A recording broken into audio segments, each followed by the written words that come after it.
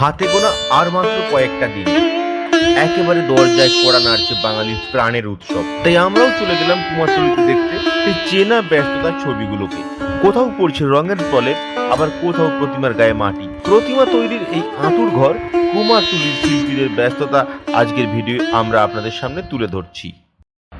সেজে উঠেছে কুমোরটুলি, এখানে 12 মাসই মাটির পুজো। কুমারটুলির ঘরে ঘরে এখন জোর ব্যস্ততা।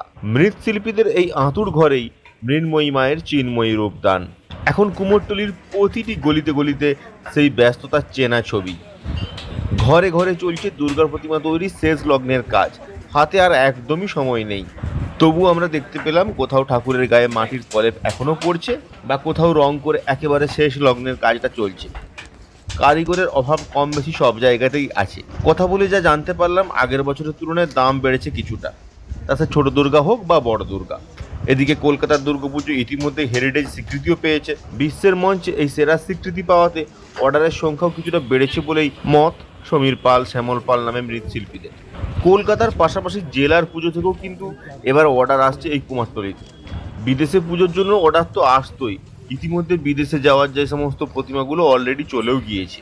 তবে আর মাত্র কয়েকদিন বাকি থাকলেও কুমারটুলিতে সেভাবে দেখা নেই ফটোগ্রাফারদের। অন্যান্য বারের মতো প্রতিমা প্রস্তুতির ছবি তোলার হিড়িকও কিন্তু খুব একটা বেশি নেই এই কুমারটুলিতে, যা আরজিকর কাণ্ডের প্রতিবাদ হিসাবেই কিন্তু দেখছেন শিল্পীরা।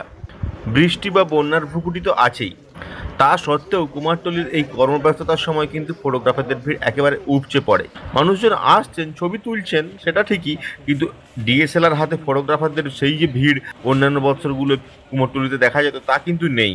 রবিবার এই ছুটির দিনে তিল ধারণের জায়গা থাকতো না কুমারটুলিতে, সেই জায়গায় তেমন একটা ভিড় দেখা গেল না।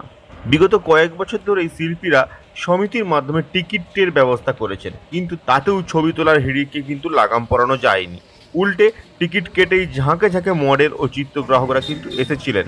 মরশুমের টিকিট ছিল 100 টাকা আর সাপ্তাহিক টিকিট ছিল 50 টাকা। তবে এবছর আরজিকর কাণ্ডে কিন্তু সেই ব্যবস্থাতেও প্রভাব ফেলেছে। কুমারটুলি মৃৎশিল্পী সংস্কৃতি সমিতির কোষাধ্যক্ষ সুজিত পাল জানান যে গত বছর ঠিক এই সময় প্রতিদিন প্রায় 15,000 টাকার টিকিট বিক্রি হয়েছে। দিনে প্রায় 600-700 বা 1000 লোকও টিকিট কাটত, কিন্তু এবছর রবিবার 250 থেকে 300 জন মাত্র টিকিট কেটেছেন। যাই হোক, ফটোগ্রাফারদের ব্যস্ততা না থাকলেও কিন্তু কুমারটুলির মৃৎশিল্পীদের ব্যস্ততা একেবারে তুঙ্গে। এই শেষ লগ্নে বাঙালির সেরা উৎসব দুর্গাপুজোর মূল কাজটা এনারাই করে থাকেন, তাই এনাদের ব্যস্ততা একেবারে চরমে তুঙ্গে। সেই ব্যস্ততায় কিন্তু বাদ থাকছে বৃষ্টি। মহালয়া পর্যন্ত কিন্তু বৃষ্টির একটা সম্ভাবনা রয়েছে। সেই বৃষ্টিতে কিছুটা হলেও কাজে কিন্তু বাধা হবে। যতই যন্ত্রপাতি আধুনিক হোক না কেন, বৃষ্টি সামান্য বাধা রূপে কিন্তু এখানে দেখা দিচ্ছেই। অন্যান্য বছর পুজোর প্রায় 1 মাস আগে থেকেই উৎসবের মেজাজে দেখা যায় কুমারটুলিকে। প্রতিমা তৈরি দেখতে বা ছবি তুলতে বিভিন্ন কারণে মানুষজন কিন্তু ভিড় বাড়ান এই কুমারটুলিতে। আরজিকর কাণ্ডের ঘটনা সেই ভিড়ে প্রভাব ফেলেনি মৃৎশিল্পীদের বায়নায়, কেননা আরজিকর ঘটনার আগেই অধিকাংশ মৃৎশিল্পীর কাছে বায়না হয়ে গিয়েছিল, তাই প্রতিমা বায়নার ওপরে তেমন প্রভাব পড়েনি। বায়না বাতিল হওয়ার মতো তেমন ঘটনা ঘটেনি, কিন্তু কোপ পড়েছে সাজ শিল্পীদের বিক্রি বাটার ওপর। মৃন্ময়ী প্রতিমাকে সাজানোর জন্য কুমারটুলিতে প্রায় 30টি ছোট বড় সাজ শিল্পের দোকান রয়েছে।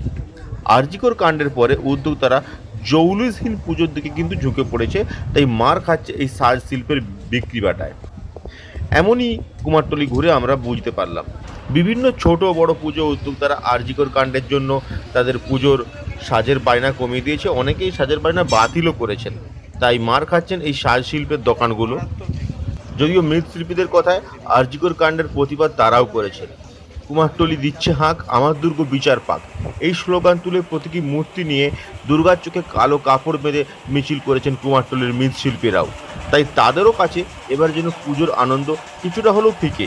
তারাও স্লোগান তুলেছিলেন, চাইছে পুজোর আঁতুড় ঘর, বিচার চাইছি আরজিকর। শিল্পীরা এখনও জানাচ্ছেন এবারের পুজো নিয়ে তাদের উৎসাহ আগ্রহ খুব একটা নেই। মেয়েটা বিচার না পাওয়া পর্যন্ত কাজে গতি আসা সম্ভব নয়।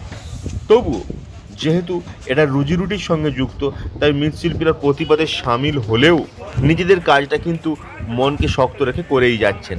সেটা তাদের কর্মব্যস্ততা দেখলেই বুঝতে পারা যায়।